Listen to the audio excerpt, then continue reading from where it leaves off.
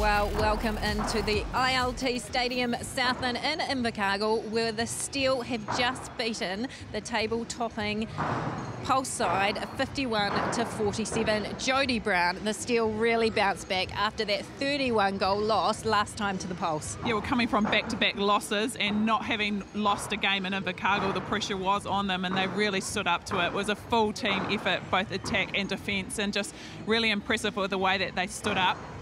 Yeah, this Steel defence was outstanding. We questioned it before the game, didn't we? We questioned, did they have the firepower? But they shut down that supply of ball to those shooters in that Pulse side. Oh, they certainly did. They limited opportunities to Alia Dunn, who's been the mainstay for the Pulse team, and she had a really low volume tonight. They just could not find a route into her, and they just crowded the space.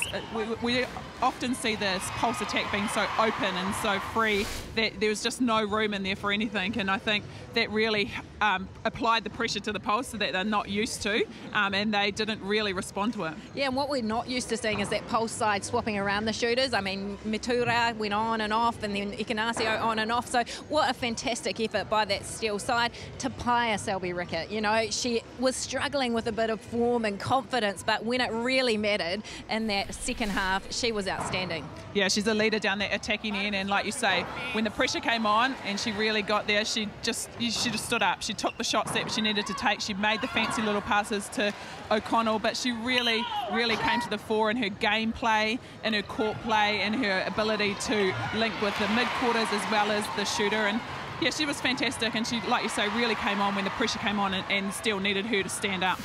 Yeah, and someone else that stood up and I was really impressed with was her shooting partner, O'Connell. And if you look at these stats, Jodie, is there anything in particular? Well, the thing that really stands out to me is 92 penalties for the Pulse. You just don't want to be standing out of play that many times and give the Steel that many opportunities to be able to score off. And I think for me that was the big one. The more attempts heavily in favour with the Steel, 66-55. The goal percentage a little bit lower for the Steel, but they had a hell of a lot more shots than the Pulse. And for me, you know, intercepts for the Pulse, 7, and 4 of those were Karen Burgers. So outstanding for a wing defence to get that many intercepts. Yeah, and if you look at these shooting stats now, as you've alluded to, Jodie, 66% for the Steel teams at 77% record. The Pulse obviously shooting at a higher percentage, but they just could not get that supply ball into those shooters.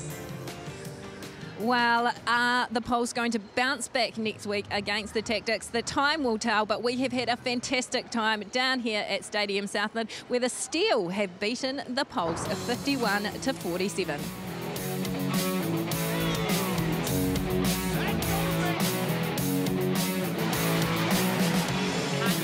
Like that,